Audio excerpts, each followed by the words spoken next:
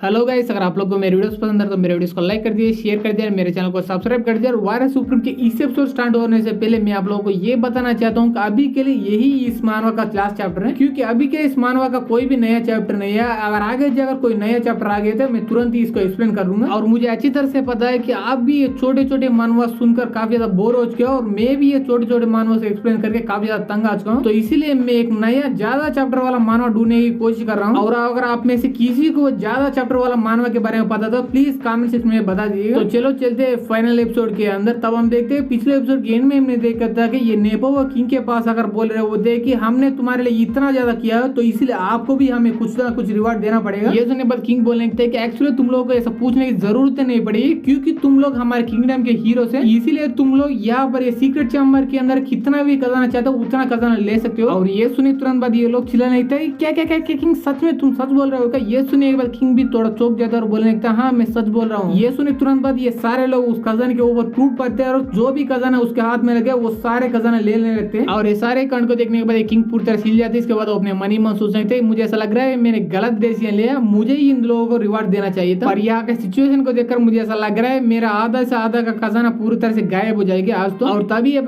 Finally डिवाइल rim के ऊपर तभी हम देखते हैं वहां पर एक बड़ा सा बिल्डिंग होता है और उसी बिल्डिंग के अंदर ये टीएन लुआ आराम से अपना सिंहासन पर बैठा हुआ होता है। हाँ गाइस, यही वो टीएन लुआ है, अभी ये डिवाइन रेलम का किंग है। तब ये टीएन लुआ वो सामने की देखकर बोल रहा होता है कि ओके इंटरेस्टिंग। हाँ भाई, किसी ने हमारे बेजाओ और डिवाइन मैसेंजर को अर्थ के ऊपर जैन से मार डाला। और ये सुनने के बाद सामने वाला बंदा चौंक जाता है और यही वो हांगू होता है और ये भी एक और गार्ड होता है। और तब ये चिल्लाने लगता है क्या क्या क्या क्या उस डिवाइन मैसेंजर को जैन से मार डाल दिया गया, वो भी अर्थ के ऊपर। ऐसा कैसे पॉसिबल हो सकता है, क्योंकि उसको हमारे डिवाइन रिल्म के अंदर भी मारना काफी ज्यादा मुश्किल है, क्योंकि वो काफी ज्यादा ताकतवर है। ये सुनने के बाद टीएन लुआ बोलने लगता है कि तुम कुछ भी कहो पर वो सच में मर गया है, क्योंकि मैं वो कंफर्मली महसूस कर सकता हूँ। ये सुनने के बाद हांगू बोलने लगता है अगर ऐसी बात तो मैं वहां पर जाकर एक बार चेक करके आता हूँ उसको किसने मारा और कैसे वो मर गया। ये सुनने के बाद टीएन लुआ बोलने लगता है नहीं इसकी कोई भी जरूरत नहीं, क्योंकि वो डिवाइन मैसेंजर मेरा सिर्फ एक ही सर्वेंट था और मेरे दो और सर्वेंट्स उस अर्थ के ऊपर ऑलरेडी है और वो दोनों सर्वेंट्स अपने अपने काम अच्छी तरह से कर रहे हैं, तो इसलिए तुझे चिंता करने की कोई भी जरूरत नहीं। और तभी आप इस बंदे के ऊपर ये बंदा सामने वाला को देखकर बोल रहा होता है कि हम लोग फूड एंड स्पिरिट अकेडमी के स्टूडेंट्स है, तो इसलिए ये फूड एंड स्पिरिट अकेडमी के स्टूडेंट्स होने के नाते हमारा फर्ज ये बनता है कि तुम लोगों को ये कमीना माउंटेन बैनर से बचा और वही काम हम कर रहे हैं। और हम लोग तुम्हारे लिए इतना सब कुछ कर रहे हैं अपने जान को जोखिम में डालकर, फिर भी तुम लोग हमारे लिए प्रोडक्शन मनी भी दे नहीं सकते हो क्या? तुम गाँव के लोगों के अंदर कोई शर्म नाम का चीज बचा हुआ या नहीं? और ये सुने बस सामने की तरफ काफी सारे लोग होते हैं, उनमें से एक बंदा दूसरे बंदे से बोल रहा होता है कि अबे साले ये लोग सफेद झूठ बोल रहे हैं, क्योंकि हमारे गाँव के आसपास कोई भी माउंटेन बैनर नहीं है, फिर भी ये लोग झूठ बोल के हमसे जबरदस्ती पैसे ले रहे हैं। ये सुने बाद दूसरा बंदा बोलने लगता है हाँ भाई तुम सही बोलो, पर अब हम यहाँ पर क्या ही कर सकते हैं, हमारे पास कोई भी बंदा इतना ताकतवर नहीं ये दोनों से फाइट करे, इसीलिए हमारे गाँव के मैक्सिमम टू मैक्सिमम लोगों ने ये सारे कमीनों को पैसे दे दिया है, पर सिर्फ बूढ़े और गरीब लोग बिल्कुल ही देने से इंकार कर रहे हैं, क्योंकि उनके पास पैसे ही नहीं है देने के लिए। फिर भी ये कमीने उनको भी नहीं छोड़ रहे, उनसे भी जबरदस्ती पैसे मांग रहे हैं। ये सुनने बाद पहले वाला बंदा बोलने लगता है कि मैंने सुना था कि ये लोग असल में फूड एंड स्पिरिट अकेडमी के मेन स्टूडेंट्स या नॉर्मल स्टूडेंट भी नहीं, बल्कि ये स्टूडेंट्स को पूरी तरह से एक्सपेल कर दिया है उस अकेडमी से, क्योंकि ये कमीने ने उस अकेडमी के अंदर भी अपना कमीनापन दिखाया, तो इसलिए उस अकेडमी के डायरेक्टर ने इनको पूरी तरह से धक्के मार के बाहर निकाल दिया। और ये सारे बात सुनने के बाद ये रेड हेयर वाला बंदा अपने मनी मन सोचने लगता है इंटरेस्टिंग वेरी इंटरेस्टिंग। और तभी हम ये फूड एंड स्पिरिट अकेडमी के नकली स्टूडेंट की तरफ देखते वो एक बुड्ढे का गाला पकड़ लेते हैं। इसके बाद बोलने लगता है कि बुड्ढे तुम वैसे भी हमारे प्रोटेक्शन के बिना वो माउंटेन बैंडिट के हाथों में मरने वाले हो, तो इसलिए उससे पहले मैं तुझे जान से मार डालूंगा। उसके बाद ये सारे लोग अच्छी तरह से पता चल जाएगा कि हमें प्रोटेक्शन फीस ना देने का नतीजा क्या होता है। ये बोल के ये बुड्ढा को उठा के पटकने वाला होता है जमीन के ऊपर। तभी हम देखते हैं वो रेड हेयर वाला बंदा काफी तेज से इसके तरफ बढ़ने लगता है और वहां पर आने के बाद ये बंदा उस कमीने के ऊपर एक मुक्का कर देता है और वो एक ही मुक्के के अंदर वो काफी दूर जाकर गिर जाता है। इसके बाद ये रेड हेयर वाला बंदा बोलने लगता है कि तुम लोग ऐसा करने से पहले मैं ही यहाँ पर आकर तुम लोगों को जान से मार डालूंगा, उसके बाद तुम सारे लोग अच्छी तरह से पता चल जाएगा ये सब बुरे काम करने का नतीजा क्या होता है। और तब हम देखते हैं वहां पर एक और कमीना होता है, उसका नाम शियाओ चू होता है। तब वो रेड हेयर वाला बंदे को देखकर बोल रहा होता है कि इसमें तुम बिल्कुल ही मत पड़ना वरना अंजाम बुरा होगा तेरे लिए। ये सुनने बाद रेड हेयर वाला बंदा बोल रहा होता है क्या तुम पूरी तरह से अंधे हो क्या, क्योंकि मैं ऑलरेडी इस मामले में पड़ गया और तुम्हारा साथी का पूरी तरह से कुटाई भी कर दिया, तो इसलिए आ बाबा मेरे पास आ और आने के तुरंत बाद ही मेरा अंजाम बुरा करके दिखाओ अगर तेरे पास इतना औकात और हिम्मत है तो। और गाइस एक बार ये रेड हेयर वाला बंदे की तरफ देखो, वो किसी भी एंगल में बाइसा की तरफ दिख रहा है नहीं ना,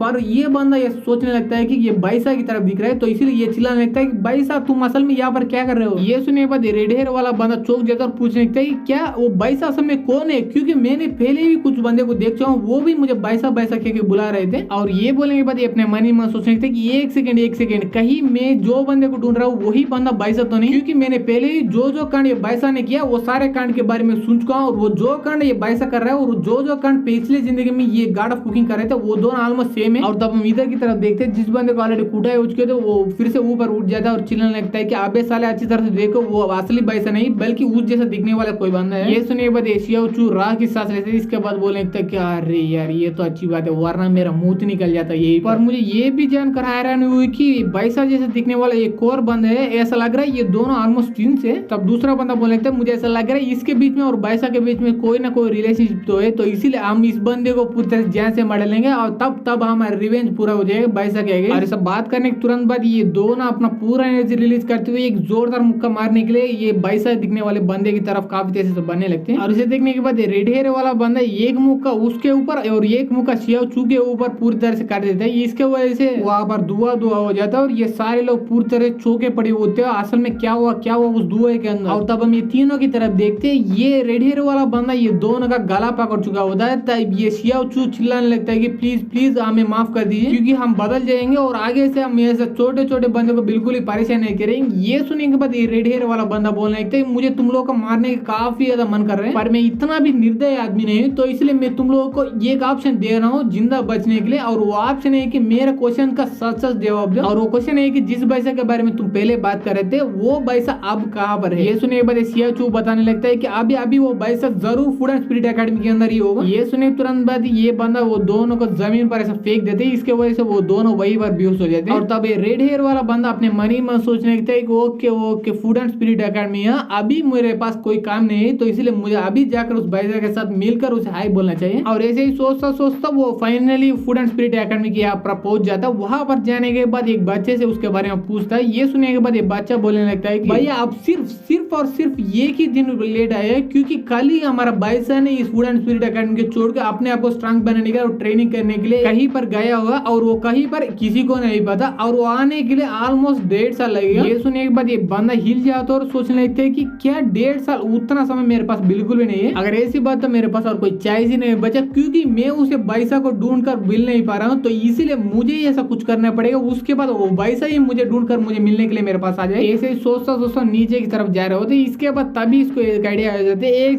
सेकंड मैं और वो भाई साहब दोनों एक ही तरह दिखते हैं, तो इसीलिए मैं उसी भाई साहब के नाम कर कुछ बड़े बड़े कांड करूंगा। उसके बाद उसे भी पता चल जाएगा मेरे अलावा कोई और फेक भाई साहब ये सारे बड़े बड़े कांड कर रहा है मेरे नाम के ऊपर। इसके बाद मैं लिख के बोल सकता हूँ वो भाई साहब ही मुझे ढूंढते ढूंढते मेरे पास आ जाएगा। उसके बाद मैं भी उससे मिलूंगा और वो भी मेरे से मिल लेगा। और तभी एपिसोड शूट होते काफी दिन के बाद तब हम देखते ये भाई साहब ये एक रेस्टोरेंट के अंदर बैठकर अपना यूजुअल पिज्जा कर रहा होता है। तभी वहां पर एक लेटर को लेके ईजियन वहां पर आ जाती है। भाई साहब तुम्हारा जैसे दिखने वाला फेक भाई साहब फाइनली जियांगहू में आ गया। वहां पर आने के तुरंत बाद वहां पर काफी सारे क्रिमिनल्स को उसने जान से मार डाला। और उतना ही नहीं, जाते जाते उसने ये भी बोला था कि मेरा नाम भाई साहब है और मैं फूड एंड स्पिरिट एकेडमी का कोर स्टूडेंट हूँ और हमारे इंटेलिजेंस के मुताबिक उसका चेहरा ऑलमोस्ट तुम्हारे जैसे दिख रहा है, जैसे तुम्हारा बाल और उसका बाल डिफरेंट है। तो इसलिए भाई साहब मुझे साथ बताओ तुम्हारे कोई ट्विन ब्रदर है क्या। ये सुनने के बाद भाई साहब बोलने लगता है नहीं मैं लिख के बोल सकता हूँ मेरा कोई भी ट्विन ब्रदर नहीं है। तब ये जन पूछने लगता है अगर ऐसी बात है क्या ये बंदा कोई डेलीकेसी क्लब वाला बंदा होगा क्या, क्योंकि कोई नॉर्मल बंदा इतना बड़े बड़े कांड तेरे नाम को यूज करके बिल्कुल भी नहीं कर पाएगा और उसका मकसद भी ऐसा नहीं होगा। ये सुनने के बाद भाई साहब बोलने लगते हैं नहीं मैं लिख के बोल सकता हूँ ये कोई भी डेलीकेसी क्लब वाला बंदा बिल्कुल भी नहीं होगा, वरना अगर ये कोई सच में डेलीकेसी क्लब वाला बंदा होता वो मेरे नाम के ऊपर अच्छा काम बिल्कुल नहीं करता बल्कि बुरे काम करता। तो इसलिए मुझे ऐसा लग रहा है ये बंदा मेरे नाम को लेकर इतना बड़े बड़े कांड मेरा अटेंशन को ग्रैब करने के लिए कर रहा है। क्योंकि एक बार तुम ही सोच लो अब हम कहाँ पर है उसके बारे में किसी को भी नहीं पता, तो इसलिए मुझे ऐसा लग रहा है वो बंदा मेरे साथ मिलना चाहता है। अगर ऐसी बात तो मुझे भी उस बंदे के साथ मिलना है क्योंकि मुझे भी उसके साथ बैठकर कुछ बात करनी है। अगर ऐसी बात तो हमारा मीटिंग प्लेस फाइनली जियांगहू होगा। ये बोलने के बाद ये भाई साहब अपने मन ही मन सोचने लगता है कि ये बंदा अकेले काफी सारे क्रिमिनल्स को और बैंडिट को जान से मार डाला, इसका मतलब ये बंदा कोई वीकलिंग नहीं होगा बल्कि काफी ज्यादा स्ट्रांग बंदा ही होगा। तो इसीलिए मुझे वहां पर जाकर कैजुअल इसके साथ नहीं बात करना चाहिए बल्कि मुझे भी थोड़ा बहुत प्रिपेयर होकर वहां पर जाना चाहिए और मुझे भी वहां पर जाने के बाद थोड़ा चौकना रहना चाहिए, वरना मेरे ऊपर भी मुझे बता सकती है। और ये बोलने के तुरंत बाद हमारे ये एपिसोड यही पर खत्म हो जाता है। अगर आप लोग को ये एपिसोड पसंद आए तो एपिसोड को लाइक कर दिया, शेयर कर दिया, मेरे चैनल को सब्सक्राइब सब्सक्राइब कर दिया। And thanks for watching guys.